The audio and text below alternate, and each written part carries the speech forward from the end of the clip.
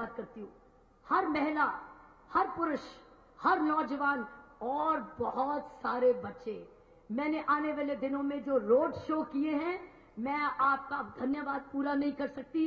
जिस प्रकार आपने मुझे प्रेम दिया है, मुझे आदर दिया है, सत्कार दिया है, मेरा धन्यवाद कबूल करिए। मुझे आपने बहुत कुछ दिया है, करोड़ों फूल दिए हैं, मेरे बच्चों ने मुझे बहुत प्यार दिया है, मेरी महिलाओं ने मुझे गड़कड़ी लगाई है, मुझे जफ्फी मारी जो पंजाबी में बोलते हैं, प्यार किया है। मैं इसका वापस आपको सेवा के रूप में वापस दूंगी। ये मेरा प्रतिज्ञा है, ये मेरा वायदा है आपको। जिसने मुझे इतना प्यार दिया है, ईश्वर मुझे लाया है, ईश्वर मुझे इसमें आपकी सेवा करते हुए सफलता देगा। मेरी सफलता आपकी सफलता है, भारतीय जनता पार्टी की सफलता आपकी सफलता, आप सबकी सफलता है। मैं आपका लिए आपको बहुत बहुत धन्यवाद करती हूं। मैंने बहुत सारे रोड शो किए हैं। आप 12 बजे तक आप मेरे लिए इंतजार करते रहो मेरी बहनों भाइयों। मैं किस प्रकार आपका धन्यवाद करूं, आप मेरे वेट करते रहे कि मैं आपके फूल कबूल करूं। मैं फिर से आपका फिर से धन्यवाद करती हूं, क्योंकि ये लास्ट रैली है मेरी आपके साथ। इस प्रकार ये मुझे धन्यवाद करना बहुत जरूरी है। मेरा धन्यवाद कबूल करके हाथ खड़ा करो। धन्यवाद आपका, बहुत बहुत धन्यवाद। आपने मुझे इतना प्रेम दिया, मुझे ऐसा प्रेम दिया, मेरी माताओं ने ऐसा प्रेम दिया, एक एक मां ने मुझे आशीर्वाद दिया। मुझे आपका आशीर्वाद लेते हुए मुझे मेरी मां याद आ गई, मुझे मेरे बाप याद आ गए, मुझे मेरी बहनें याद आ गई। आपका बहुत बहुत धन्यवाद। ऐसा आशीर्वाद माताओं से मिला, ऐसा आशीर्वाद पिताओं से मिला, ऐसा प्रेम मुझे बहनों से मिला, ऐसा प्रेम मुझे भाइयों से मिला, और बहुत सारा प्रेम मुझे बच्चों से मिला। मैं आपका बहुत धन्यवाद करती हूँ। मेरी बहनों और भाइयों, मैंने सारी दिल्ली घूमी है। मैं अपनी भारतीय जनता पार्टी के हेड ऑफिस का धन्यवाद करती हूं कि उन्होंने इतने दिनों में मुझे सारी दिल्ली घुमा दी है। East Delhi, west Delhi, south Delhi, New Delhi, हर जगह मुझे, नॉर्थ ईस्ट, हर जगह मुझे उसने घुमाया है। चप्पा चप्पा मैं गाड़ी में घूमी, कहीं पैदल घूमी। कृष्णा नगर की कॉन्स्टिट्यूएंसी के बावजूद मुझे सारी दिल्ली घुमाया है। मैं सारी दिल्ली देख के जिस प्रकार आपने मुझे प्रेम दिया, और साथ में मैंने आपकी तकलीफ देखी, कहां कितनी गंदगी है, कहीं कोई कुछ भी नहीं है, कहीं बिजली नहीं, कहीं पानी नहीं। मेरा मन गदगद रो पड़ा। माफ करना, मेरे मन से, मेरे आंखों से आंसू निकल आए, क्योंकि मैं बर्दाश्त नहीं कर पाई कि एक तरफ मुझे इतना प्रेम दे रहे हो और एक तरफ इतनी तकलीफ में रह रहे हो। साथियों, मैं देख पाई कि दिल्ली सिर्फ नई दिल्ली नहीं है, दिल्ली सिर्फ नई दिल्ली नहीं है, असली दिल्ली तो मेरी झुग्गियों में है, मेरी झुग्गियों में, मेरी अनऑथराइज कॉलोनी में आधी से ज्यादा जनसंख्या हमारी झुग्गियों में है। मेरी बहनों भाइयों उसमें रहती है।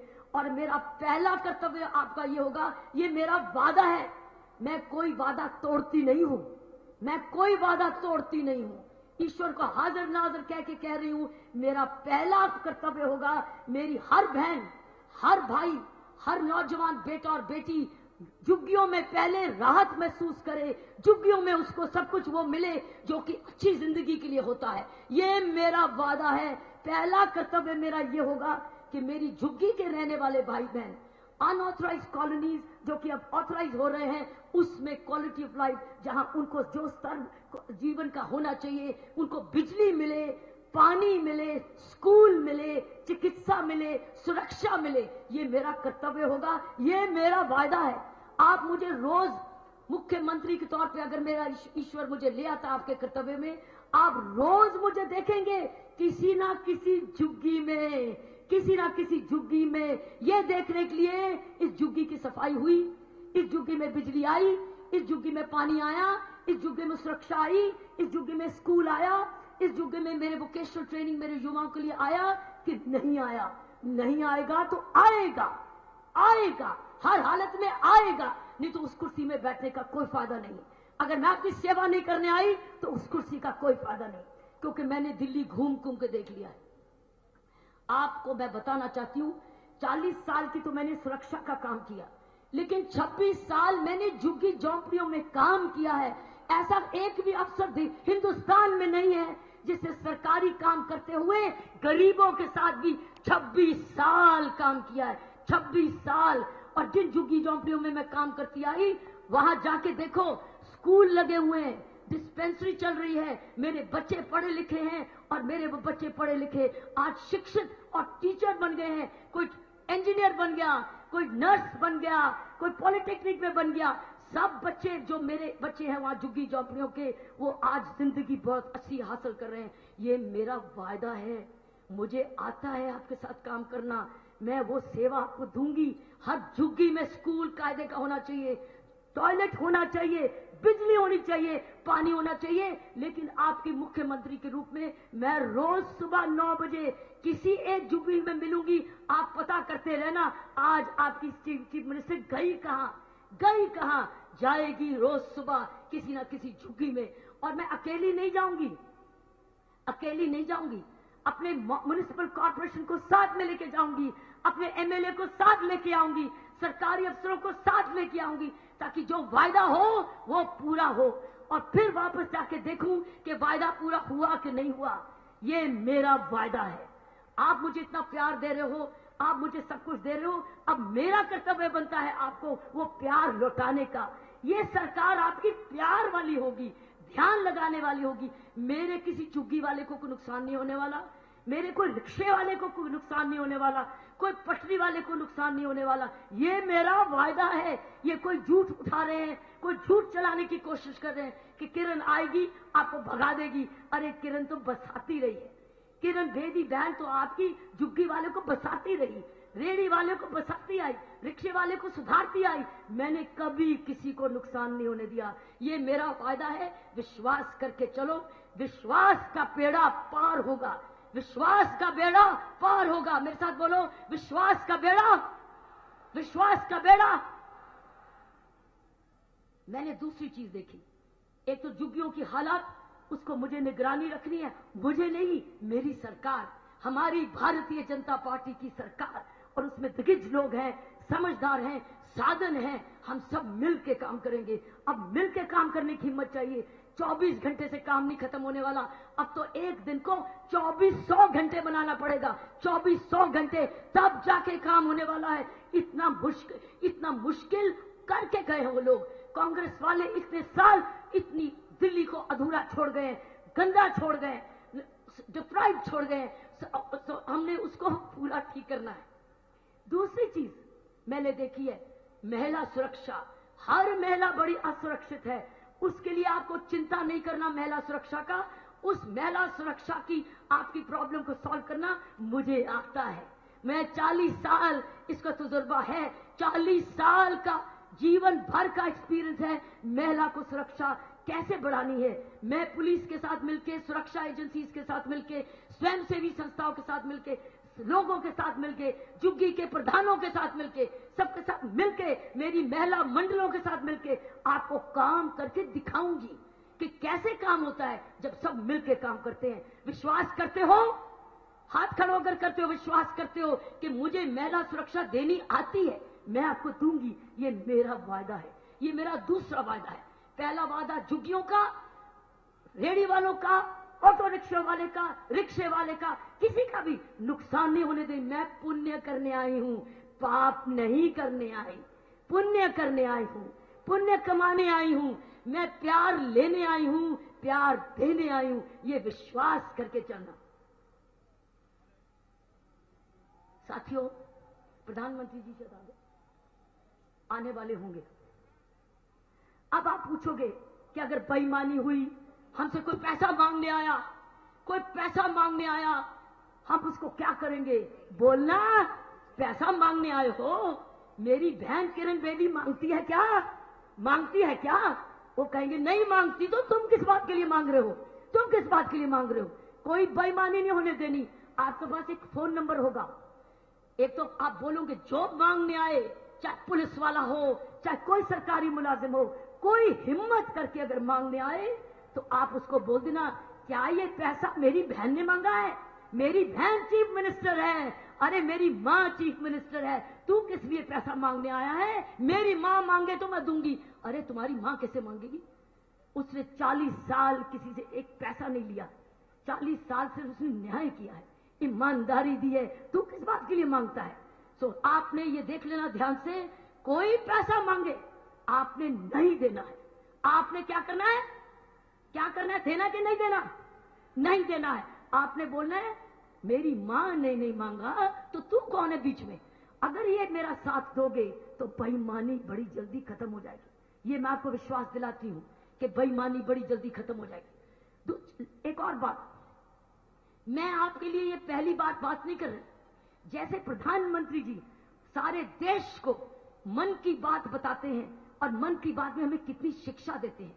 मैंने बहुत सारे बच्चों को और महिलाओं को देखा, सुनते और बड़े प्रभावित होते हैं। इसी प्रकार आपकी बहन चीफ मिनिस्टर आपके साथ दिल्ली की बात करेगी दिल से, दिल्ली की बात रेडियो पे करेगी दिल से। आपको हर महीने मैं बताऊंगी कि आपकी सरकार ने नया क्या किया, क्या नया किया, आपके भले के लिए क्या सोचा। क्योंकि मैंने ये देखा है कि कई बारी ऐसी नई नई योजनाएं आम व्यक्ति तक जाती नहीं है। जैसे कि मैं आपको उदाहरण देती हूँ, अभी मैं आ रही थी शादरा की तरफ से, एक ई रिक्शा वाला आया मेरे पास, ई रिक्शा वाला, कि मैडम हमें प्रॉब्लम हो रही है तो हमें कुछ फायदा करो। तो मैंने कहा तुम्हें पता नहीं है कि भारत सरकार ने, हमारी भारतीय जनता पार्टी ने उसको ऑलरेडी ऑथराइज कर दिया है। आपकी रूट प्लान है, 4 लोगों को बैठाना है, ये नियम है, तुम चलाओ। तो बोले अच्छा, हमें तो मालूम नहीं था, हमें तो मालूम नहीं था। उनको नहीं मालूम है कि भारतीय जनता पार्टी की सरकार प्रधानमंत्री जी के नेतृत्व में, गडकरी जी के नेतृत्व में ये आपके लिए अलाउ हो चुका है ई रिक्शा चलाना। तो आपको पता क्यों नहीं है? इसीलिए हम रेडियो से हर महीने मैं आपको बात करूंगी जो आपको अखबार में नहीं पता चलता या टेलीविजन के थ्रू या मीडिया के थ्रू नहीं पता चलता, क्योंकि सब कुछ मीडिया में नहीं आता है। हम आपको वो बताएंगे जो मीडिया में नहीं आएगा, ताकि आपका भला हो और आपकी पूरी सूचना हो। हर महीने आपकी मुख्यमंत्री आपसे रेडियो पे बात करेगी, दिल की बात।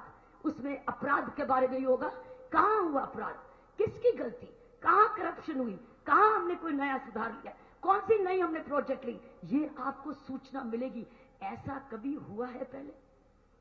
हाँ या ना? ऐसा कभी हुआ है पहले? ऐसा कभी हुआ है कि हर महीने चीफ मिनिस्टर हो, मंत्री हो, सीनियर अफसर हो, आपसे हर महीने रेडियो पे बात करे? कभी हुआ है? हाँ या नहीं? हुआ कि नहीं? हाँ कि नहीं? ये होगा। ये है आपकी नई ईमानदारी की सरकार, गरीब के भला करने वाली सरकार। आम व्यक्ति जो पढ़ा लिखा नहीं है, उसके पास टाइम नहीं है अखबार पढ़ने का, उसके पास टाइम नहीं है टेलीविजन देखने का, उसको मैं सूचित करूंगी रेडियो के तौर कि आप भाई सुन, मैं तेरे लिए ये तेरी सरकार जो तूने इलेक्ट की है, और स्थिर सरकार, अपनी सरकार, स्थिर सरकार, जो स्थिर सरकार तुम लाए हो, ये तुम्हें ये देने वाली है। और कुछ जानना चाहते हो? और भी सुनना चाहते हो? कैसे चलेगी सरकार? इतनी ईमानदारी से चलेगी कैसे सरकार? कैसे मैडम आप गारंटी ले रहे हैं कि आपकी सरकार ईमानदार होगी? यही तो 40 साल का तजुर्बा है कि काम कैसे कराना है। मुझे काम करना भी आता है और करवाना भी आता है। ये चल के चलो 40 साल में काम करा भी है, करवाया भी है, लेकिन धमकियों से नहीं करवाया है, सस्पेंशन के नहीं कराया। करो इसको सस्पेंड, करो इसको सस्पेंड, मारो इसको, निकालो नौकरी से। उसी को तंग नहीं, उसी को सजा दी जाएगी जो सुधरता नहीं है, जो सुधरता नहीं है, मौके देने के बाद भी सुधरता नहीं है, उसको भी सुधरने का मौका दिया जाएगा। अगर नहीं सुधरता है तो तिहाड़ जेल है, उसके लिए भी तिहाड़ जेल है। जो नहीं सुधरता है तो तिहाड़ जेल उसके लिए भी। तो ये चल के चलो, मुझे तिहाड़ जेल के बाहर का भी काम आता है और अंदर का भी काम आता है। आता है ना? बहनों को याद है? सो ये होगी हम सबकी सरकार, सबका साथ, सबका विकास। अब हमने दिल्ली को नई दिल्ली और बाकी की दिल्ली में नहीं बांटना है। नई दिल्ली और बाकी की दिल्ली नहीं, अब हमने पूरन दिल्ली बनाना है। उस पूरन दिल्ली के लिए हमको मोदी जी की लीडरशिप, मोदी जी का साथ पूरा चाहिए। करोड़ों रुपए चाहिए उसके लिए, करोड़ों रुपए। वो कहां से आएंगे? मोदी जी से आएंगे, अपने प्रधानमंत्री जी से करोड़ों रुपए आएंगे, तब हमारी झुग्गियों में इमारतें बनेगी। जहां झुग्गी वहां मकान, वहां तो ही आएगा। अगर हमारी सरकार अधूरी रह गई, टूटी रह गई, कड़ी बनी नहीं अपनी केंद्र सरकार से, हम भूखे सूखे रह जाएंगे, भूखे सूखे रह जाएंगे। भूखे सूखे रहना है, भूखे सूखे रहना है तो गुमराह नहीं होना है। मेरी बहनों, आज आपकी किस्मत खुल रही है। आपको अपनी बहन चीफ मिनिस्टर की कुर्सी पे बैठाई जा रही है। आपको अपनी बहन, आपकी मां बैठ रही है। क्या हम नहीं चाहते बहन और मां बैठे? मां और बहन में विश्वास करते हो तो आपको वो मिल रही है। उसके लिए हमको मोदी जी का साथ निभाना है। मोदी जी आज सारे हिंदुस्तान को विश्व में ले जा रहे हैं। विश्व में आज विश्व के बड़े बड़े व्यापारी इधर आ रहे हैं, कहने हमको काम करना है मोदी जी का, क्योंकि उनको पता है मोदी जी के साथ उनका भी विकास होने वाला है। जब प्रधानमंत्री जी इसका काम करेंगे, उनका भी विकास। तो साथियों, हमारा नारा है सबका साथ सबका विकास। बोलो मेरे साथ, सबका साथ सबका विकास।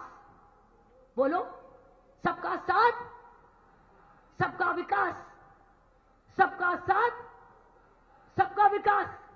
मोदी जी के साथ, उनके साथ। धन्यवाद और जय हिंद। और मैं फिर मिलूंगी, ईश्वर चाहेगा तो फिर मिलूंगी। अब मिलूंगी आपको अपने अपने कॉलोनी में, एसोसिएशन में, मंडल में, झुग्गियों में, सड़कों में काम करवाते मिलोगे। मुझे आज वाल्मीकि समाज ने बहुत सारा प्यार दिया है। वाल्मीकि समाज ने प्यार दिया, ऑटो राइडर्स और टैक्सी वालों ने, मजदूर संघ ने मुझे बहुत आशीर्वाद दिया। मुझे मालूम है ऐसा आशीर्वाद खाली नहीं जाता है। और ये आशीर्वाद मेरे लिए नहीं है, ये आपके लिए है, सब आपके लिए है। साथियों, ना मैं अपमान के लिए आई हूं, ना मैं मान के लिए आई हूं। मैं केवल कर्तव्य के लिए आई हूं, कर्तव्य के लिए। और डट के कर्तव्य करूंगी, डट के आपको बताऊंगी कैसे 40 साल का तजुर्बा देश के काम, दिल्ली के काम आ सकता है। धन्यवाद और आपको शुभकामनाएं। बहुत बहुत धन्यवाद किरण जी। भारत माता की। किरण बेदी जी संघर्ष करो, किरण बेदी जी संघर्ष करो। भाइयों बहनों, अभी जो किरण जी ने कहा है, भारतीय जनता पार्टी जो कर सकती है वो कहती है। हमने लोकसभा के चुनाव में नारा दिया था, दिल्ली में पानी की गंभीर समस्या है, गर्मी से पहले पहले बुरक नहर का पानी दिल्ली में लाकर दिल्ली की जनता की प्यास बुझाई जाएगी। मुनक नहर का पानी दिल्ली में आ गया। अब चाहे कुतुबपुर पहाड़ी की झुग्गियां हो, चाहे पालम की कॉलोनी हो, चाहे बिजवासन की कॉलोनी हो, चाहे संगम यार देवली का इलाका हो, गर्मी से पहले जो हमने वायदा किया था लोकसभा के चुनाव में, एक एक मेरे परिवार के अंदर पानी की टूटी की व्यवस्था होगी। कोई व्यक्ति कहता है मैं फ्री में पानी फ्री कर दूंगा, कोई कहता है मैं पानी फ्री कर दूंगा। हम कहते हैं पानी घर के अंदर टूटी के रूप में देंगे। आपको पानी घर के अंदर चाहिए या पानी फ्री चाहिए, ये तय करना है भाइयों बहनों। भाइयों, जब पानी दिल्ली में होगा नहीं तो फ्री कौन करेगा? इसीलिए हम पानी की टूटी और घर के अंदर मुनक नहर का पानी बवाना, हमारा जो रोहिणी, ओखला, तीनों के तीनों यूजीआर जहां प्लेसिंग चल रही है, वो पानी दिल्ली की जनता को मिलेगा, सीएमजीडी पानी। हम जो कहते हैं वो करते की नीति पर राजनीति करते हैं। अब मैं आगे की कड़ी को बढ़ाने के लिए मैं निवेदन करूंगा नई दिल्ली की सांसदा श्रीमती मीनाक्षी लेखी जी से, वो आए और हमको संबोधित करें। श्रीमती मीनाक्षी जी, एक बार जोरदार ताली बजाकर उनका अभिनंदन करें।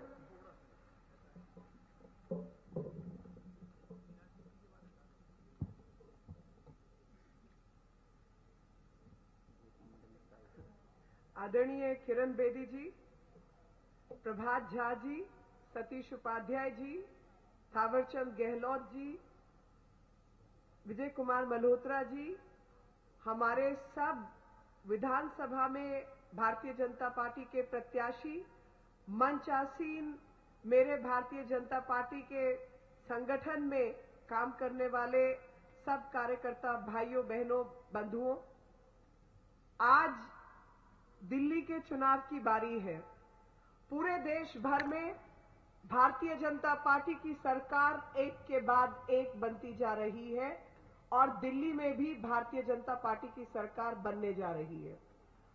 और दिल्ली में भारतीय जनता पार्टी की सरकार आप सबके कंधों पर काम करने से, आपके सर पर ताज पहनाने से ही बनेगी। और दिल्ली की सरकार जो कि कुछ ही दिन की दूरी पर है, गलतफहमी कहीं ना कहीं पैदा करने की कोशिश है। उस भारतीय जनता पार्टी के कार्यकर्ता के मनोबल के साथ खिलवाड़ करने की कोशिश है। और किनके द्वारा? वही लोग जिनको आम आदमी पार्टी के लोग पहले कहते थे कि भैया ये मीडिया बिकाऊ है, मैं अगर मुख्यमंत्री बनूंगा तो एक एक को ठीक कर दूंगा। आप ये जरा पुरानी कैसेट निकाल के देख लीजिए। आप देख लीजिए कि किस तरीके से भ्रमित राजनीति की जाती है। भारत सरकार ने 60 साल से किसी भी सरकारी कर्मचारी की 98 वर्ष उम्र करने की बात नहीं की, लेकिन लगातार इस तरीके की भ्रमित राजनीति की जाती है। भ्रमित राजनीति की जाती है जब लोगों को पिछले 8-8, 10-10 महीने से राशन कार्ड के द्वारा 35 किलो अनाज और 5 किलो चीनी नहीं प्राप्त होती, तो उसका श्रेय भी वो भारतीय जनता पार्टी के सर पर ठीकरा फोड़ते हैं। बताते नहीं है कि ये पूर्व की यूपीए सरकार की करामात है। दिल्ली में सरकार नहीं होने के नुकसान लगातार दिल्ली ने उठाए हैं। और अब जब भारतीय जनता पार्टी की सरकार श्रीमती किरण बेदी जी के नेतृत्व में बनेगी तो सबसे पहले हम इस मसले को सुलझाएंगे। भ्रमित राजनीति के द्वारा ही लगातार कहा जा रहा है कि केंद्र में रहने वाली सरकार है तो होती रहे, लेकिन हम राज्य को मुफ्त पानी देंगे, बिजली मुफ्त करेंगे। मैं कहती हूं कि अगली लाइन बताना भूल जाते हैं कि 49 दिन के अंदर सरकार भी साफ कर देंगे। और ऐसे ही जो लोग 49 दिन में सरकार साफ करते हैं, असली राजनीति बताना भूल जाते हैं, असली षड्यंत्र बताना भूल जाते हैं। मेरे दिल्ली के वासियों, भाइयों बहनों, आप याद करो वो 49 दिन जब ये सरकार थी। आप याद करो कि 26 जनवरी जैसे पवित्र दिन पर भी 24 जनवरी तक धरने रखे जा रहे थे। आज पूरा देश स्किल इंडिया के माध्यम से हर 2 हाथ को काम मिले, हर गरीब को झुग्गी की जगह मकान मिले, हर घर में पानी हो, हर जगह बिजली हो, जहां भय है वहां सुरक्षा हो। ये सब नारे नहीं बल्कि काम करके हम आगे बढ़ रहे हैं। तो ये दिल्ली के लिए बजट लेके आते 44 लाख करोड़ का। भाइयों बहनों, ये भी भ्रमित राजनीति का हिस्सा है। दिल्ली का बजट 44,000 करोड़ है।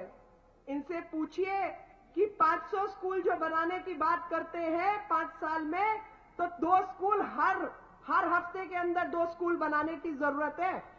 और ये मुमकिन नहीं है। तो मैं जानना चाहती हूं कि जिस हवाला घोटाले के मामले में ये 2 करोड़ लेके आए थे, क्या बाकी का पैसा वैसे ही लाने वाले हैं?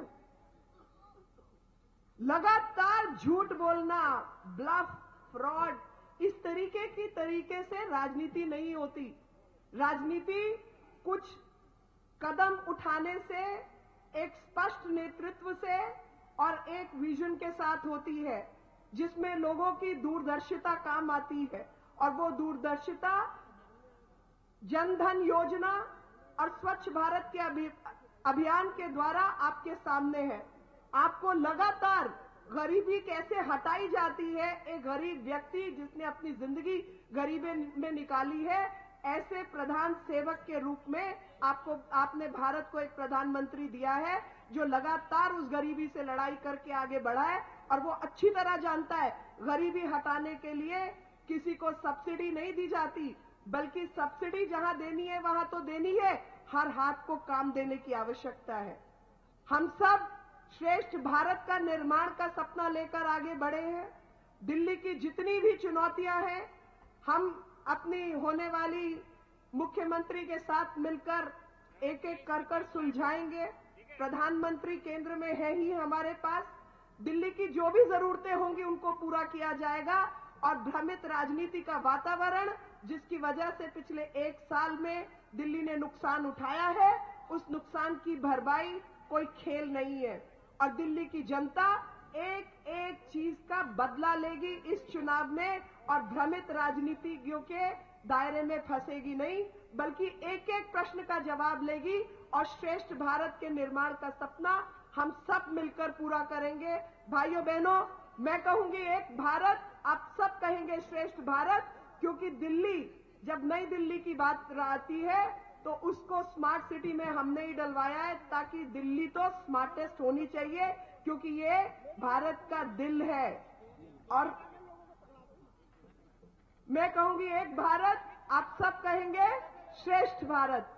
एक भारत, सब लोग हाथ ऊपर करके, मुट्ठी बंद करके, एक भारत।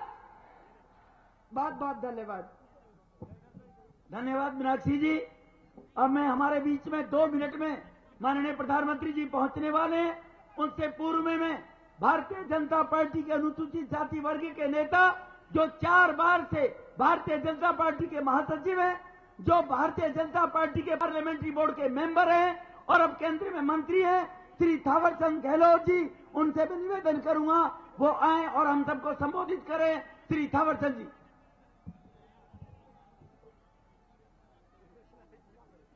दिल्ली प्रदेश सरकार के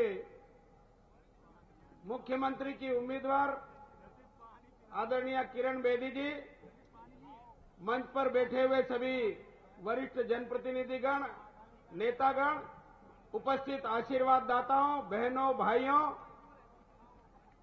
आप और हम सब नरेंद्र मोदी जी को सुनने के लिए यहां एकत्रित हुए हैं। मैं आप सबसे ये निवेदन करना चाहता हूं, मैं मध्य प्रदेश का हूं, सन 62 से लगातार संघ, भारतीय मजदूर संघ, जनसंघ, जनता पार्टी, भारतीय जनता पार्टी और अब भारत सरकार में सामाजिक न्याय और अधिकारिता मंत्रालय का दायित्व निभा रहा हूं। मैंने जीवन में महसूस किया है कि इस देश में सर्वश्रेष्ठ राजनीतिक दल अगर कोई है तो वो भारतीय जनता पार्टी है। जिन जिन राज्यों में भारतीय जनता पार्टी की सरकारें रही है और आज है, वहां सबसे ज्यादा विकास हुआ है और विशेषकर अनुसूचित जाति, जनजाति और पिछड़ा वर्ग के हित संरक्षण की कल्याणकारी योजना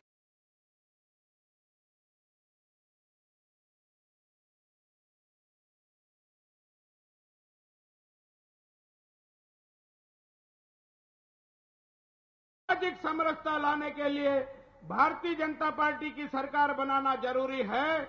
मैं भारत सरकार की ओर से, भारतीय जनता पार्टी की ओर से और मेरी ओर से आपको ये विश्वास दिलाता हूं कि आप आइए, भारतीय जनता पार्टी की सरकार बनाइए, अनुसूचित जाति वर्ग का भी विकास कीजिए, दिल्ली का भी विकास कीजिए और देश के विकास में अपना सहयोग प्रदान करें। मैं इस अवसर पर अनुसूचित जाति, जनजाति, पिछड़े वर्ग के महानुभावों से, भाइयों बहनों से ये प्रार्थना करता हूं कि आप कमल का बटन दबाएं, भारतीय जनता पार्टी को विजयी बनाएं, दिल्ली के विकास में सहभागी बने, देश के विकास में सहभागी बने। धन्यवाद। जय भारत। भारत माता की। भाइयों बहनों, मैंने अभी आपको पानी के बारे में जानकारी दी है। 30 वर्ष में कोई सरकार दिल्ली की अनधिकृत कॉलोनियों को पास नहीं करवाई। देश के प्रधानमंत्री मोदी जी ने 30 वर्ष के बाद वो निर्णय लिया जो कोई सरकार नहीं ले पाई। दिल्ली की सभी 1639 कॉलोनियों को पास कर दिया और कॉलोनियों को पास करने के बाद मार्च के बाद उन कॉलोनियों की रजिस्ट्री खोल दी जाएगी, जिससे अनधिकृत कॉलोनी के रहने वाले लोग उन कॉलोनियों के मालिक का हक लेने के लिए उनके पास हथियार होगा। इसलिए मैं आपसे निवेदन करना चाहता हूं कि आने वाले दिल्ली के विकास के लिए आप निश्चित रूप से मोदी जी के हाथ मजबूत करेंगे। भाइयों बहनों, आपको जानकारी होगी, यहां से चुनाव लड़ने वाले व्यक्ति ने पिछली बार बहुत फंड इकट्ठा किया था। इस बार जब देश की जनता ने फंड नहीं दिया तो फंड लेने के लिए कहां गए थे वो महानुभाव? कहां गए थे भाई? कहां गए थे? कहां? दुबई गए थे। दुबई में क्या उनका फूफा रहता है जिससे पैसा लेने गए थे? दुबई में कौन रहता है? किससे पैसा लेने गए थे? कौन रहता है दुबई में, बताओ जरा। दुबई में आतंकवादी देशद्रोही रहता है, उससे वो पैसा लेकर गए थे। निर्णय देश की सम्मानित जनता ने करना है, छोटे छोटे स्वार्थों को छोड़कर, कि दिल्ली में चुनाव होगा तो विजय किसकी होगी, और दिल्ली में ढोल बजना चाहिए तो विजय किसकी होगी, और अगर दुबई में ढोल बजवाना चाहते हो तो विजय किसकी होगी। यह निर्णय लेना पड़ेगा दिल्ली की जनता को, भाइयों बहनों। इसलिए इस देश की रक्षा के लिए, देश की अस्मिता के लिए हम सब लोगों को 7 तारीख को याद करना पड़ेगा। अब मैं निवेदन करूंगा हमारे पार्टी के प्रदेश के अध्यक्ष श्री सतीश उपाध्याय जी से, वो आए और हम सबको संबोधित करें। श्री सतीश जी उपाध्याय। भारतीय जनता पार्टी दिल्ली प्रदेश के प्रभारी माननीय प्रभात झा जी, यहां पर उपस्थित केंद्रीय मंत्री थावरचंद गहलोत जी, भारतीय जनता पार्टी दिल्ली प्रदेश के बहुत ही वरिष्ठ नेता, दिल्ली के बारे में जिनको सारी जानकारी है, गत 50 वर्षों में जिन्होंने दिल्ली की सेवा की है, ऐसे हमारे विजय कुमार मल्होत्रा जी, यहां पर उपस्थित दिल्ली के चुनाव में, विधानसभा चुनाव में जिनको भारतीय जनता पार्टी ने मुख्यमंत्री का उम्मीदवार नामित किया है, ऐसी श्रीमती किरण बेदी जी, यहां पर उपस्थित सभी हमारे विधायक दल के प्रत्याशी जिनको आने वाली 10 तारीख को विधानसभा में पहुंचना है, और यहां पर उपस्थित सभी मेरे भाइयों तथा बहनों। 7 तारीख का चुनाव, 2015 का चुनाव दिल्ली के लिए बहुत महत्वपूर्ण चुनाव है। यह चुनाव दिल्ली की दशा को, यह चुनाव दिल्ली में किस प्रकार से बनेगी इसको तय करेगा। इस चुनाव में तय होगा कि दिल्ली में विकास की राजनीति होगी, दिल्ली के अंदर डेवलपमेंट की राजनीति होगी, या दिल्ली के अंदर धरनों की राजनीति होगी, या दिल्ली के अंदर लगातार झूठ बोलने की राजनीति होगी।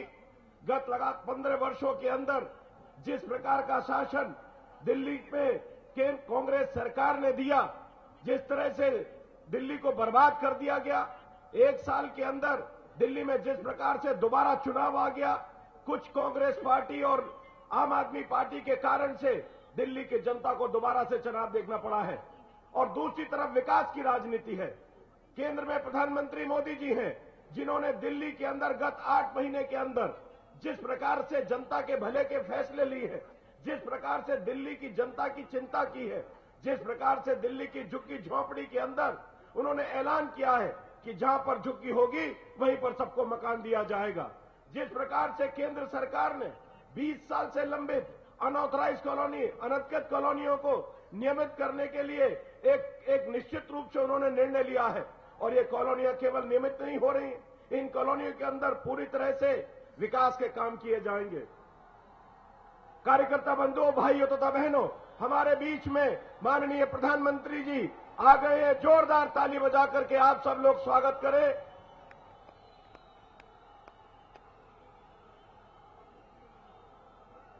मैं अभिवादन करना चाहता हूं अपने माननीय प्रधानमंत्री जी का। जोरदार तालियों से सभी अभिवादन करें।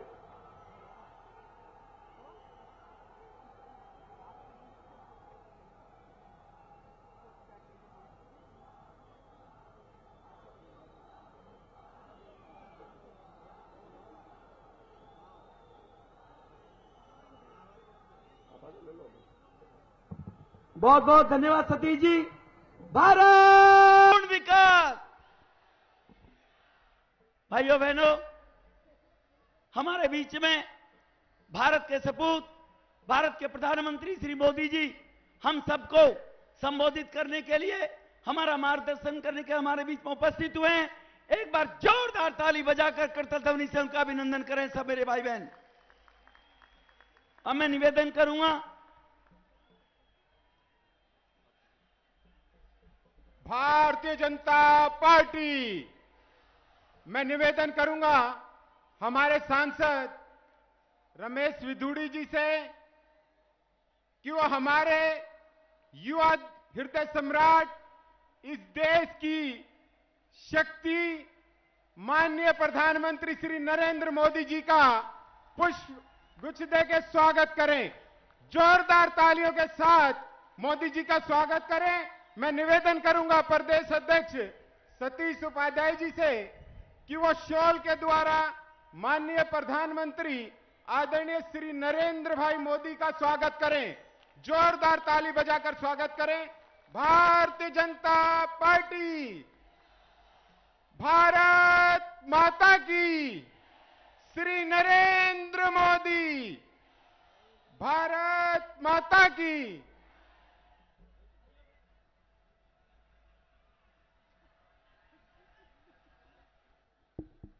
भारत माता की। दिल्ली का होगा संपूर्ण विकास, दिल्ली का होगा संपूर्ण विकास। भाइयों बहनों, आप सबने हमारे सभी नेताओं का संबोधन सुना है। हमारा सौभाग्य है, हमें आशीर्वाद देने के लिए हमारे देश के प्रधानमंत्री जी आए हैं। अब मैं निवेदन करूंगा माननीय प्रधानमंत्री जी से, वो आए और हम सबको संबोधित करें, हमारा मार्गदर्शन करें। आदरणीय मोदी साहब।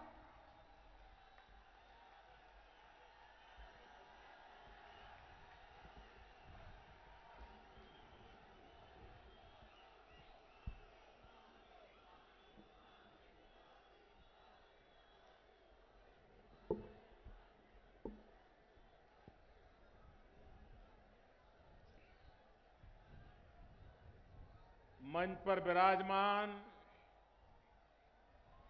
भारतीय जनता पार्टी के वरिष्ठ नेता श्रीमान विजय कुमार मल्होत्रा जी, मंत्रिपरिषद के मेरे साथी, दलितों के मसीहा श्री थावरचंद जी गहलोत, जिनके मार्गदर्शन में भारतीय जनता पार्टी चुनाव लड़ रही है, मेरे बहुत पुराने साथी दिल्ली प्रदेश के अध्यक्ष श्रीमान सतीश उपाध्याय जी, जिनके नेतृत्व में दिल्ली में भारतीय जनता पार्टी की सरकार बनने वाली है। वैसे हम सबकी प्रिय नेता आदरणीय किरण जी, मंच पर विराजमान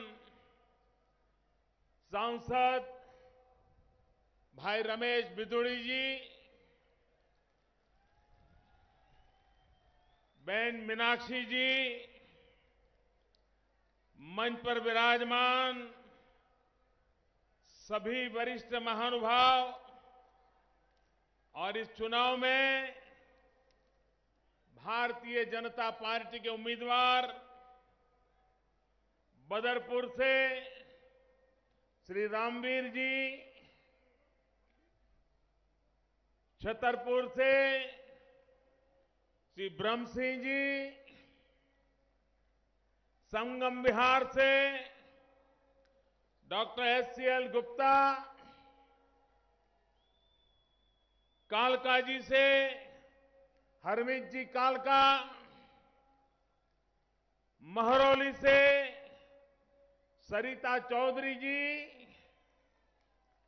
अंबेडकर नगर से अशोक चौहान जी, ओखला से ब्रह्म सिंह बिधूड़ी जी,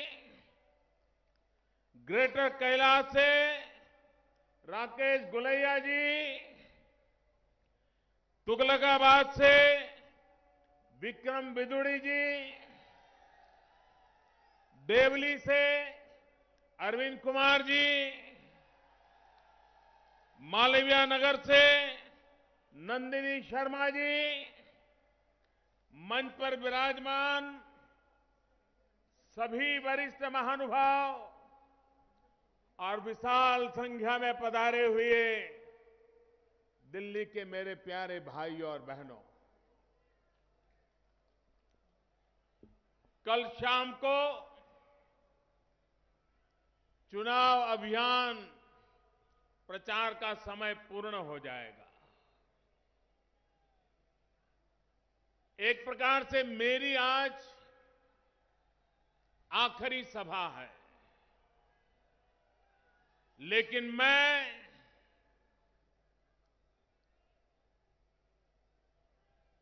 जिन जिन सभाओं में गया हूं,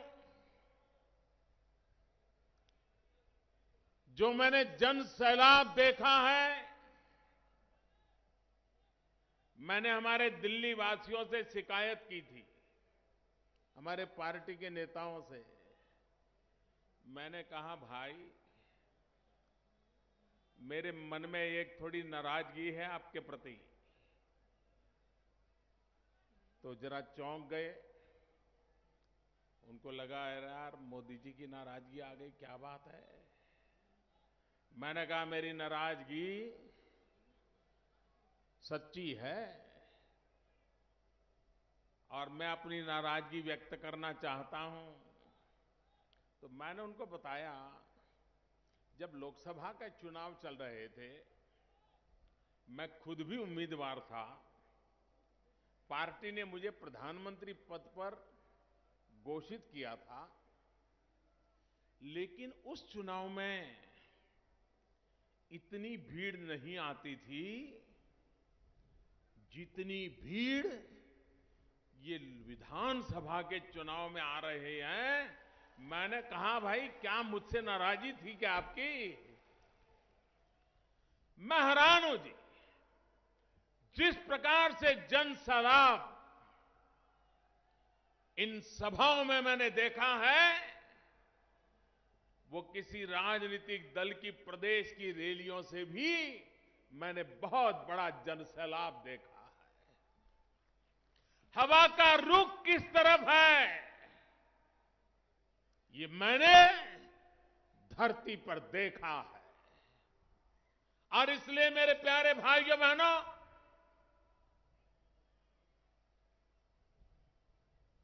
दस तारीख तो जब नतीजा आएगा, उसके बाद बहन किरण जी के नेतृत्व में हम एक के बाद एक और हो सके उतना जल्दी दिल्ली को विकास की नई ऊंचाइयों पर ले जाने का अभियान आरंभ कर देंगे।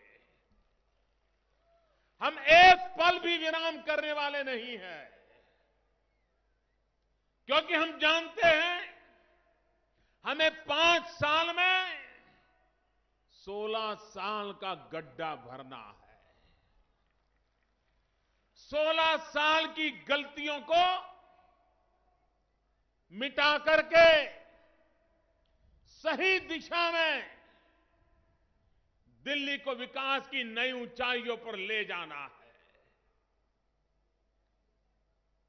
भाइयों बहनों, ये चुनाव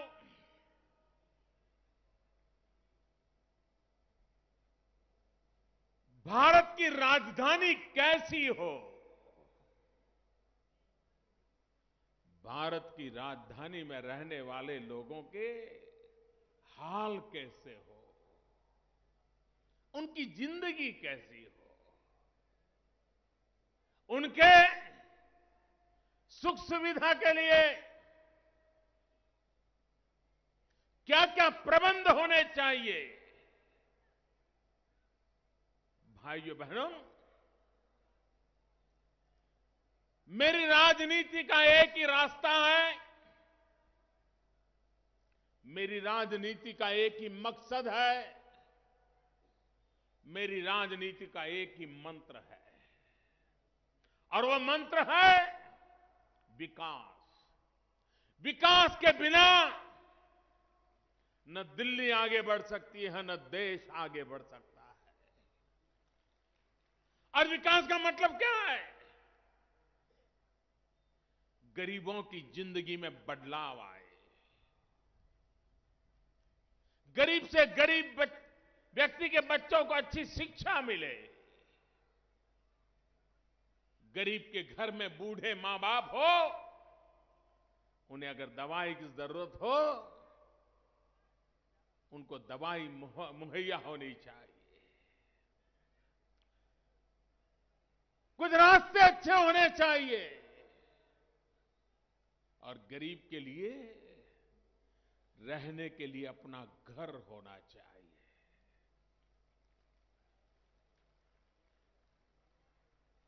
वो मेहनत करता है, ईमानदारी से मेहनत करता है, परिवार का पेट पालने के लिए अगर 10 घंटे की मेहनत भी कम पड़ जाए तो 12 घंटे मेहनत करने को तैयार है। लेकिन मेहनत करने के बाद घर लौट करके आता है तो पैर लंबे कर करके बैठने की जगह तक नहीं होती है। भाइयों बहनों, मुझे ये गरीब की जिंदगी में बदलाव लाना है और इसलिए हमने एक बीड़ा उठाया है। जहां झुग्गी झोपड़ी है, जहां मेरा गरीब परिवार का भाई झुग्गी झोपड़ी में जिंदगी गुजारा करता है, उसे पक्का मकान मिलना चाहिए और वहीं पर मिलना चाहिए ताकि वो नजदीक में जहां रोजी रोटी कमाने जाता है वो अपना रोजी रोटी कमाने के लिए उसकी मुसीबतें बढ़नी नहीं चाहिए।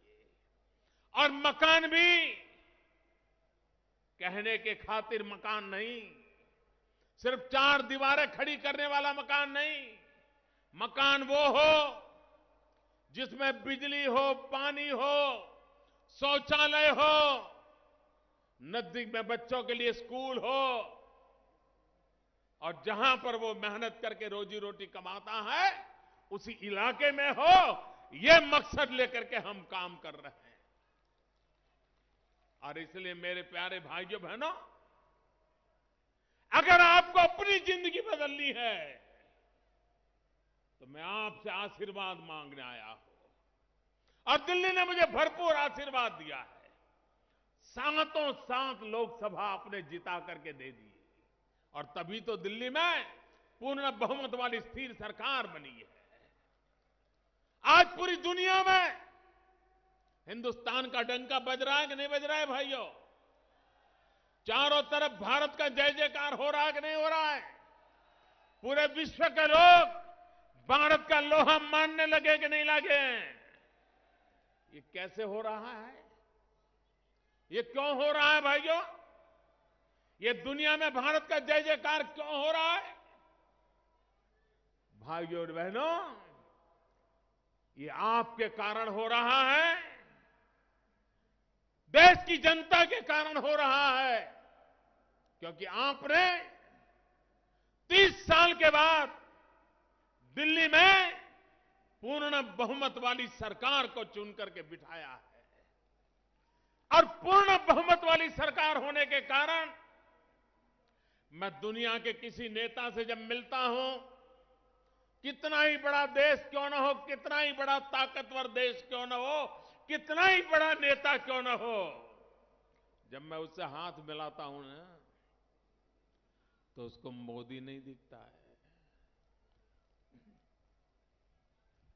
जब मैं हाथ मिलाता हूं तो उसे 125 करोड़ देशवासियों की ताकत दिखाई देती है। ये 125 करोड़ देशवासियों की ताकत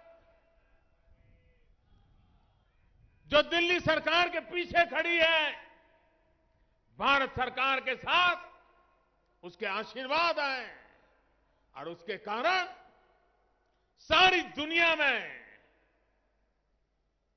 आज भारत की बात पे भरोसा किया जा रहा है। आप मुझे बताइए भाइयों, पूरे हिंदुस्तान में दिल्ली का जय जयकार होना चाहिए कि नहीं होना चाहिए? होना चाहिए कि नहीं होना चाहिए? होना चाहिए कि नहीं होना चाहिए? अगर हिंदुस्तान में दिल्ली का जय जयकार करना है तो दिल्ली में भी पूर्ण बहुमत वाली भाजपा की सरकार चाहिए।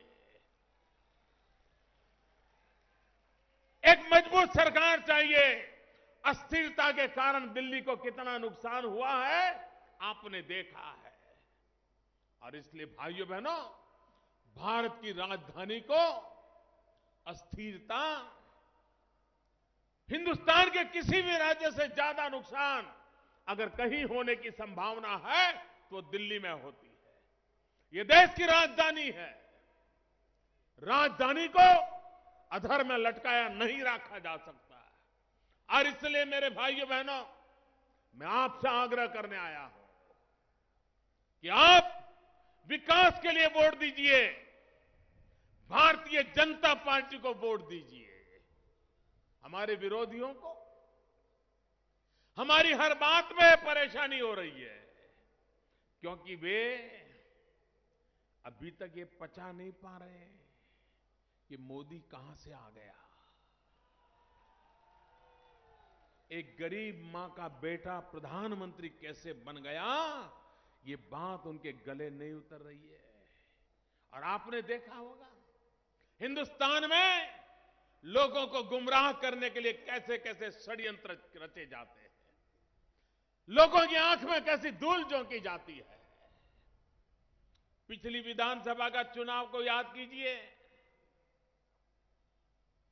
बड़े विश्वास के साथ सीना तान करके कुछ बाजारू लोग सर्वे घोषित करते थे, सर्वे, और 50 सीटें दे दी थी। पिछले बार का जरा अखबार वगैरह निकलिए, मिल जाएगा सारा। 50 सीटें घोषित कर दी थी। जब नतीजा आया, नंबर 1 पर भी नहीं पहुंच पाए थे, नंबर 1 पर भी पहुंच नहीं।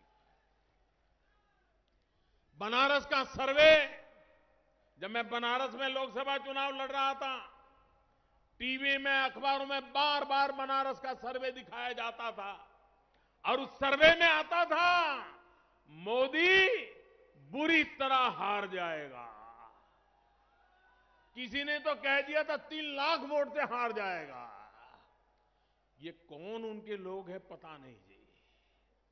भाइयों बहनों, हिंदुस्तान में राजनेताओं की कमी नहीं है। उनके साथ हमारे विचार भेद हो सकते हैं, हमारे दल अलग हो सकते हैं, लेकिन इस बात का इनकार नहीं हो सकता है कि इस देश में अनेक राजनेता ऐसे हैं जिसने अपनी जवानी देश के हित के लिए सार्वजनिक जीवन में खपा दी है। उनका अपना राजनीतिक रुतबा रहा है, उनकी अपनी काबिलियत रही है। अपने अपने राज्यों में मुख्यमंत्री के नाते कभी 2 बार, कभी 3 बार, कभी 5 बार उनको सेवा करने का अवसर मिला है, लेकिन उनको तो प्रधानमंत्री के नाते पेश नहीं किया जाता था। चाहे ममता बनर्जी हो, चाहे मुलायम सिंह जी हो, चाहे मायावती जी हो, चाहे हमारे उड़ीसा के नवीन बाबू हो, आंध्र के चंद्रबाबू हो, बिहार में नीतीश कुमार हो, कौन नहीं थे। लेकिन आपने षड्यंत्र देखा होगा, पूरे लोकसभा के चुनाव में जो खुद चुनाव नहीं जीत पाते हैं, उनको प्रधानमंत्री पेश करने के लिए दिन रात यहां दिल्ली में से कोशिशें होती थी। 24 घंटे उनकी तस्वीरें दिखाई जाती थी। जो खुद चुनाव जीत नहीं पाते हैं, उनको कहां से कहां बिठाने के लिए कुछ लोग दिन रात कोशिश कर रहे हैं। भाइयों बहनों, लेकिन उनको पता नहीं है ये जनता बहुत समझदार है। जनता झूठे भ्रम, वादे, अपप्रचार, ये कभी जनता के गले नहीं उतरते हैं। और जो अपने आप को नेक दिल बताते थे, ईमानदार बताते थे, उनका कच्चा चिट्ठा खुल गया। भाइयों, किस प्रकार के लोग हैं, बातें कैसी करते और कारनामे कैसे करते हैं। भाइयों बहनों, जनता जनार्दन अगर कोई एकाध बार गलती कर दे तो माफ कर देती है, लेकिन अगर लोग जनता को अगर मूर्ख मान ले और अपनी रोजी रोटी चलाने की कोशिश करे तो बार बार वो नहीं चल सकती है। और देश की जनता, दिल्ली की जनता विशेष रूप ऐसी तत्वों को जान गई है, पहचान गई है। और इसलिए मैं कहने आया हूं भाइयों, देश इस प्रकार की हरकतों को भलीभांति जानता है, समझता है। अभी हमारे सरकार ने 84 के जो दंगे हुए थे, उस दंगों के लिए जिस जुडिशरी को काम दिया था, उस जुडिशरी ने एसआईटी की बात कही। क्या वो जुडिशरी के निवृत्त न्यायमूर्ति बैठे थे, वो हमें जुडिशरी के एसआईटी के लिए कहें क्या हमें करना चाहिए कि नहीं करना चाहिए? उन दंगा पीड़ितों को न्याय दिलाना चाहिए कि नहीं दिलाना चाहिए? और अगर वो काम करते हैं तो कह रहे चुनाव के लिए कर रहे। अगर हम लोगों को पेट्रोल का दाम कम होता है, बोले चुनाव के लिए करते हैं।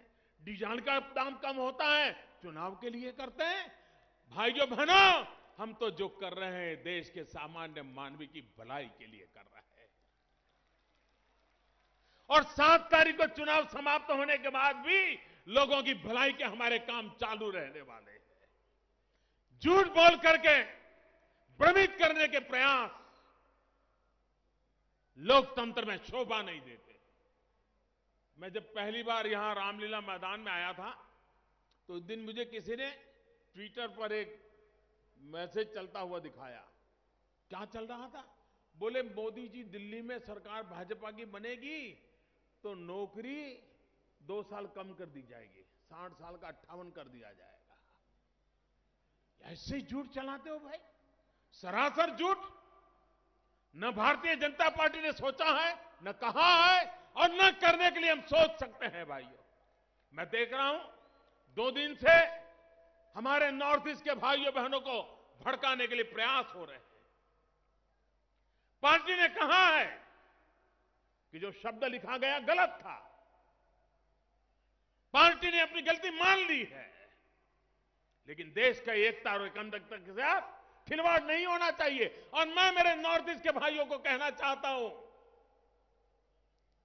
मैं अभी आपके इलाके में आया था, नागालैंड, मिजोरम, मैं लोगों से मिला हूं, मणिपुर आया था, असम आया था, और मैंने ठान के रखी है हिंदुस्तान में नॉर्थ ईस्ट का विकास पिछले 60 साल में नहीं हुआ है, उससे ज्यादा कर करके मैं देने वाला हूं। ये मैं आपको विश्वास दिलाने आया हूं भाई।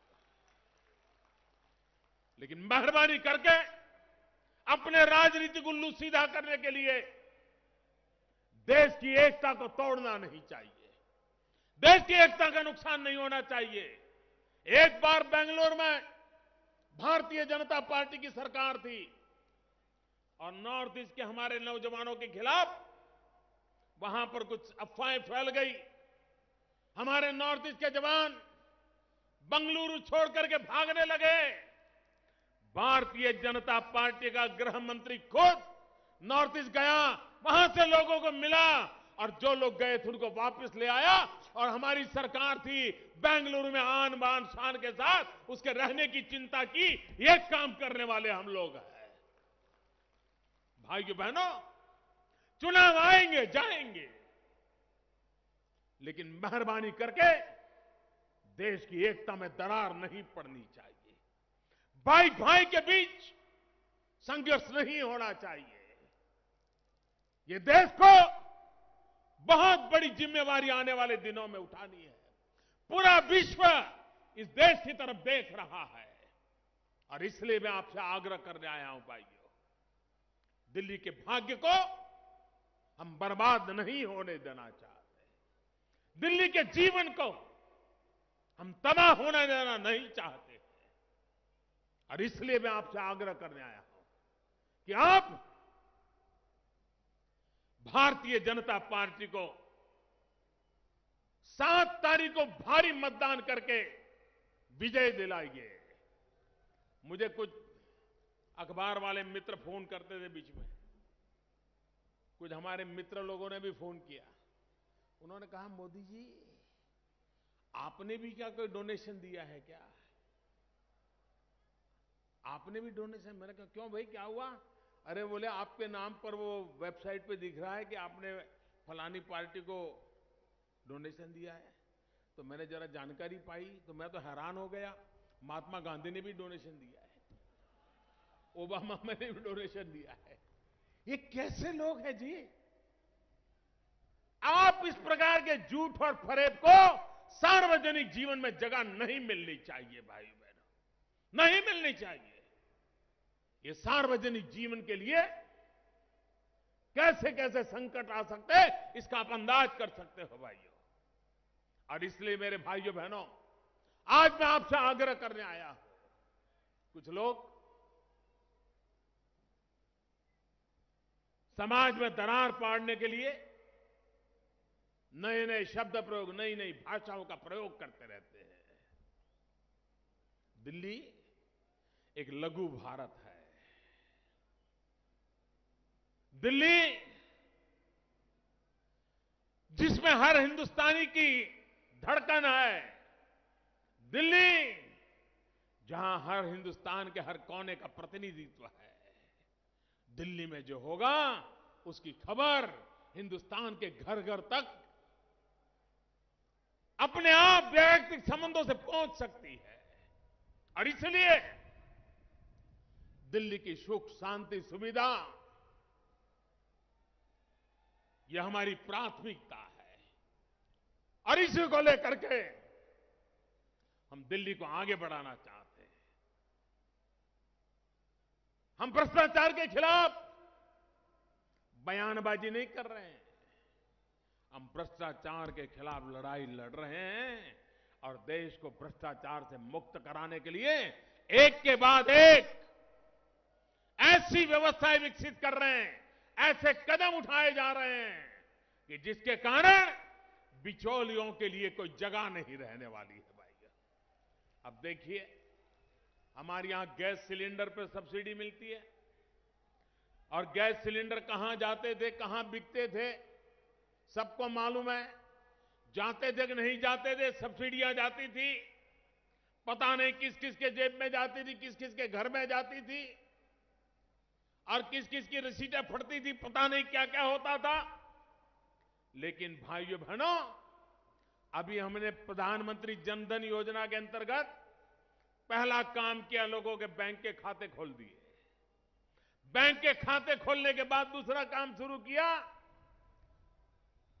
गैस सिलेंडर की जो सब्सिडी है वो सीधी सीधी लोगों के बैंक के अकाउंट में जमा कर दी जाएगी और वो पैसे निकाल करके खुद सिलेंडर खरीदने के चला जाएगा।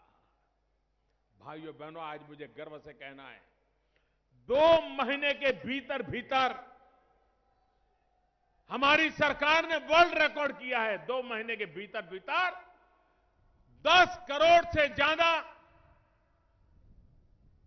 परिवारों को अब बैंक खाते के माध्यम से सीधी सीधी सब्सिडी उसके खाते में ट्रांसफर कर दी। 2 महीने के भीतर भीतर 10 करोड़ तक पहुंचना, 10 करोड़ परिवार यानी इस देश की करीब करीब 50 करोड़ जनसंख्या हो गई भाइयों। यह काम करने की ताकत आज दिल्ली में हम लाए हैं। कभी हम कल्पना कर सकते हो, बैंक के अंदर आप जाते होंगे, मध्य वर्गीय व्यक्ति जाता होगा, निम्न मध्यम वर्गीय जाता होता, अमीर जाता होगा। कभी बैंक के मुलाजिम आंख ऊंची कर करके आपकी तरफ देखने की फुर्सत थी क्या उनको? आपको गिनते थे क्या? वो दिन थे कि नहीं थे? ये सरकार बदलने के बाद आज बैंक का हर कर्मचारी भारत निर्माण में हमारा साथी बन गया है। भारत का भाग्य बदलने के लिए हमारे साथ जुड़ गया है। और जब उसको मैंने कहा कि भैया जो बीत गई सो बात गई, अब हमें आगे बढ़ना है, आप मेरी मदद करोगे क्या? उन्होंने कहा मोदी जी आप आवाज कीजिए, हम करके रहेंगे। और मैंने 15 अगस्त को लाल किले से कहा था 26 जनवरी के पहले मुझे हिंदुस्तान के गरीबों के बैंक के खाते खुलवाने हैं। और हमारे बैंक के सभी कर्मचारी, एयर कंडीशन कमरों में बैठने वाले हमारे कर्मचारी देश की गरीबों की भलाई के लिए मैदान में आए। झुग्गी झोपड़ी गए, घर घर गए, धूप में भी गए, बारिश में भी गए, देर रात भी गए और बैंक के खाते खुलवाए। वर्ल्ड रिकॉर्ड कर दिया भाइयों। आज देश के हर गरीब का बैंक में खाता खुल गया। इतना ही नहीं, गरीब को रुपए का कार्ड दिया गया, जिसमें अकस्मात का 1 लाख रुपए का बीमा आज हिंदुस्तान के हर गरीब को देने का काम इतने कम समय में यह सरकार ने कर दिया है। गरीबों की भलाई के लिए कैसे काम होते हैं, इसके एक के बाद एक मैं उदाहरण दे सकता हूं। बदलाव कैसे आता है? बातें करने से बदलाव नहीं आता है। भाइयों बहनों, आज देश में सबसे अगर प्रमुख काम करने जैसा है तो नौजवान को रोजगार मिलना चाहिए। मुझे बताइए, मेरे नौजवानों को रोजगार मिलना चाहिए कि नहीं मिलना चाहिए? नौजवान को रोजगार मिलना चाहिए कि नहीं मिलना चाहिए? जो नौजवान काम करना चाहता है उसको काम मिलना चाहिए कि नहीं मिलना चाहिए? वो अपने पैरों पर खड़ा होना चाहिए कि नहीं होना चाहिए? और इसीलिए मेरे भाइयों बहनों, हमने मेक इन इंडिया का आंदोलन खड़ा किया है। मैंने दुनिया भर के लोगों को कहा है, आइए अपना नसीब हिंदुस्तान में आजमाइए, पूंजी निवेश कीजिए, कारखाने लगाइए। हमारे यहां के भी नौजवान अगर कारखाने लगाना चाहते हैं, छोटा छोटा उद्योग करना चाहते हैं, सरकार पूरी तरह कंधे से कंधा मिला करके उनकी मदद करने के लिए तैयार है। भाइयों बहनों, ये घोटालों की सरकार नहीं है, ये घोटालेबाजों की सरकार नहीं है, और ये घोटाले वालों की मदद लेने वाली भी सरकार नहीं है। ये सरकार देश के नौजवान को रोजगार देने का एक बीड़ा उठा करके काम कर रही है। देश के नौजवान को रोजगार मिलना चाहिए, कारखाने लगने चाहिए, उद्योग लगने चाहिए। भारत की आवश्यकताएं, भारत में उसका उत्पादन होना चाहिए, और भारत की ताकत इतनी बढ़नी चाहिए कि दुनिया में भी भारत में बनी हुई चीजों को हम एक्सपोर्ट कर सके। देश के अर्थतंत्र को ताकत चाहिए भाइयों, और इसलिए विकास के मंत्र को लेकर के ही भारतीय जनता पार्टी आज पूरी ताकत से आगे बढ़ रही है। और इसलिए मैं आपसे कहने आया हूं, मेरे प्यारे भाइयों बहनों, दिल्ली को एक मजबूत स्थिर सरकार देने के लिए मैं आपसे वोट मांगने आया हूं, और मैं आपको विश्वास दिलाने भी आया हूं। अब मैं भी आप ही की तरह दिल्ली वाला हो गया हूं। मैं भी अब दिल्ली में रहता हूं, और इसलिए दिल्ली आगे बढ़े, मेरी भी उतनी ही जिम्मेवारी है। मैं वो जिम्मेवारी पूरी करना चाहता हूं, मैं आपकी सेवा करना चाहता हूं, और इसलिए मुझे आपके आशीर्वाद की जरूरत है। मैं दिल्ली की शक्ल बदलना चाहता हूं, दिल्ली के लोगों की जिंदगी में बदलाव लाना चाहता हूं, और इसलिए मैं दिल्ली वासियों से आशीर्वाद मांगने के लिए आया हूं।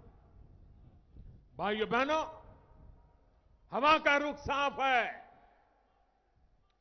पूर्ण बहुमत के साथ भारतीय जनता पार्टी की सरकार बनने वाली है। 10 तारीख को नतीजे दूध का दूध और पानी का पानी कर देने वाले हैं। आपको आने वाले 3 दिन संभालने हैं।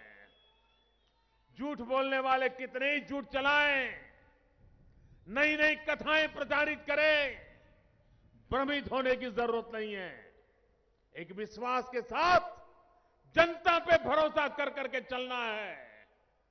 जनता की आवाज ईश्वर की आवाज होती है भाइयों, और वो आवाज मुझे सुनाई दे रही है।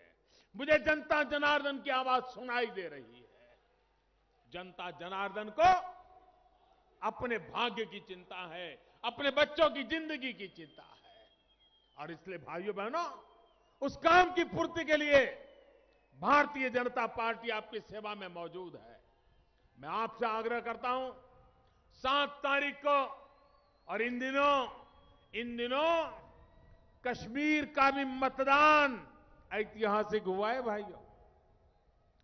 जिस कश्मीर की धरती पर 2%, 3% से ज्यादा वोट नहीं होता था, उस कश्मीर की धरती पर 60%, 70%, 40% वोटिंग हुआ है।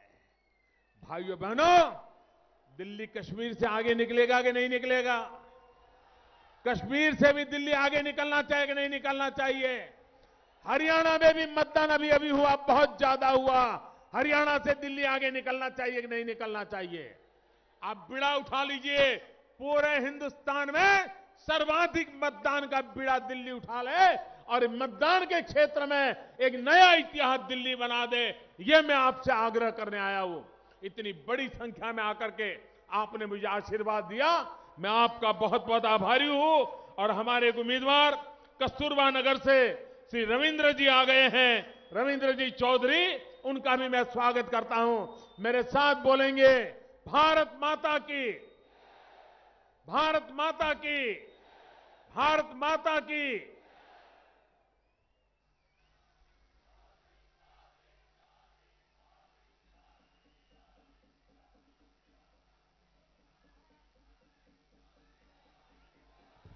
भारतीय जनता पार्टी, श्री नरेंद्र मोदी। भारतीय जनता पार्टी, श्री नरेंद्र भाई मोदी। आप सब इतनी भारी संख्या में इस रैली में आए, आप सबका दिल की गहराइयों से हार्दिक धन्यवाद।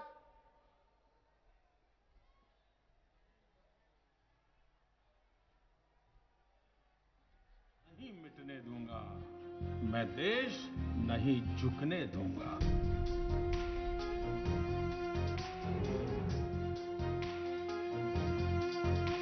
सौगंध मुझे इस मिट्टी की, मैं देश नहीं मिटने दूंगा, मैं देश नहीं मिटने दूंगा, मैं देश